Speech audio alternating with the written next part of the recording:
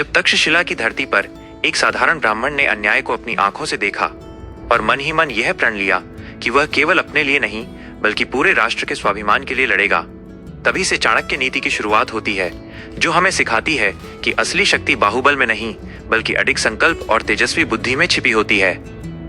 चाणक्य हमें बताते हैं कि मनुष्य का सबसे बड़ा मित्र उसका ज्ञान है और सबसे बड़ा शत्रु उसका भ्रम। इसलिए जो व्यक्ति हर परिस्थिति में सीखता रहता है वही समय आने पर अपने विरोधियों को बिना शोर किए परास्त कर देता है और इतिहास उसके निर्णयों को याद रखता है।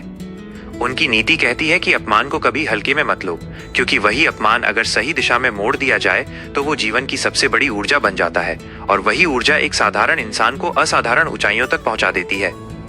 चाणक्य यह समझाते हैं कि सफलता भाग्य से नहीं मिलती बल्कि सूझबूझ, धैर्य और सही समय पर लिए गए कठोर निर्णयों से मिलती है। इसलिए जो व्यक्ति कठिन फैसलों से नहीं डरता वही अंततः परिस्थितियों का राजा बनता है। वे सिखाते हैं कि अपनी योजनाओं को समय से पहले प्रकट करना मूर्खता है, क्योंकि बुद्धिमान वही है जो अपने लक्ष्य को मन में रखकर चुपचाप तैयारी करता है और जब प्रहार करता है तो सामने वाले को संभलने का अवसर भी नहीं देता। चाणक्य नीति हमें यह भी बताती है कि मित्र और शत्रु की पहचान शब्दों से नहीं बल्कि व्यवहार से होती है। इसलिए जीवन में भरोसा सोच समझकर करो और अपनी सीमाएं स्पष्ट रखो ताकि कोई तुम्हारी सरलता का लाभ न उठा सके।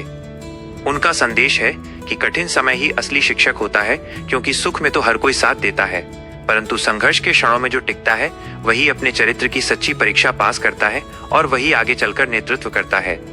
चाणक्य कहते हैं कि जिस व्यक्ति में आत्मनियंत्रण नहीं है वो चाहे कितना भी प्रतिभाशाली क्यों न हो, वह अपनी ही कमजोरियों से हार जाएगा। इसलिए पहले स्वयं पर विजय प्राप्त करो, फिर संसार पर अधिकार स्वतः मिलने लगेगा। वे समझाते हैं कि धन, शक्ति और पद सब अस्थायी है, परंतु चरित्र और नीति स्थायी है। इसलिए अपने मूल्यों को इतना मजबूत बनाओ कि परिस्थितियां बदलें पर तुम्हारी दिशा कभी न बदले।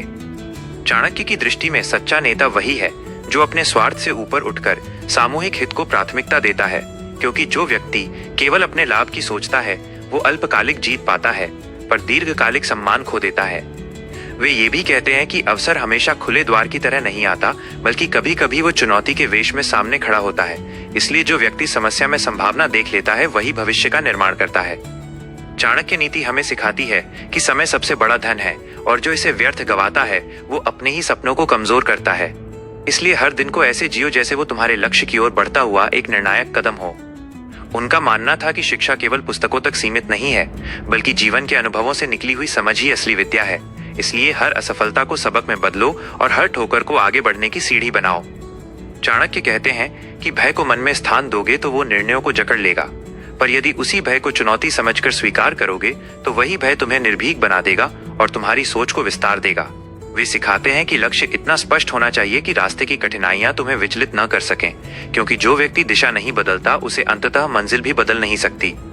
चाणक्य की नीति बताती है कि मौन भी एक रणनीति है, क्योंकि हर सत्य को तुरंत बोल देना बुद्धिमानी नहीं होती। कई बार सही समय तक प्रतीक्षा करना ही सबसे प्रभावी उत्तर होता है।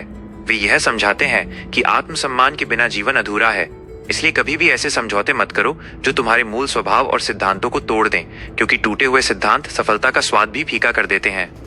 चाणक्य कहते हैं कि जो व्यक्ति अपनी गलतियों को स्वीकार कर उनसे सीख लेता है वही आगे बढ़ता है, क्योंकि अहंकार ज्ञान के द्वार बंद कर देता है और विनम्रता नए अवसरों के द्वार खोल देती है। उनकी नीति ये भी सिखाती है कि बड़े परिवर्तन छोटे छोटे अनुशासित कदमों से शुरू होते हैं।